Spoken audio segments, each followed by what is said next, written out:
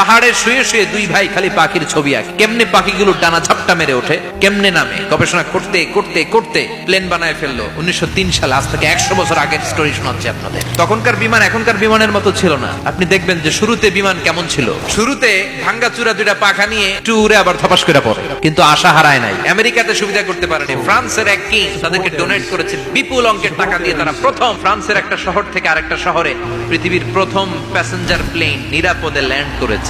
মানুষের উড়ার স্বপ্ন সফল হতে শুরু করলো। এখন বিভিন্ন ধরনের বিমান একটার পর একটা শুরু হয়েছে। কি বিশাল বিশাল ডবল ডেকার গুলো নিয়ে শূন্যে উড়াল দেয়। 125 জন যাত্রী নিয়ে এটা শূন্যে উড়াল দেয়। এই বিমান আবিষ্কারের আগ পর্যন্ত গোটা বিশ্বব্যাপী সব দেশে দেশে ছিল সেনাবাহিনী আর নৌবাহিনী। বিমান আবিষ্কার হওয়ার সাথে সাথেই শুরু হয়ে গেল বিমান বাহিনী, এয়ারফোর্স। সবকিছু পাখির উপর গবেষণা করে হয়েছে। চিৎকার করে বলেন ঠিক কিনা?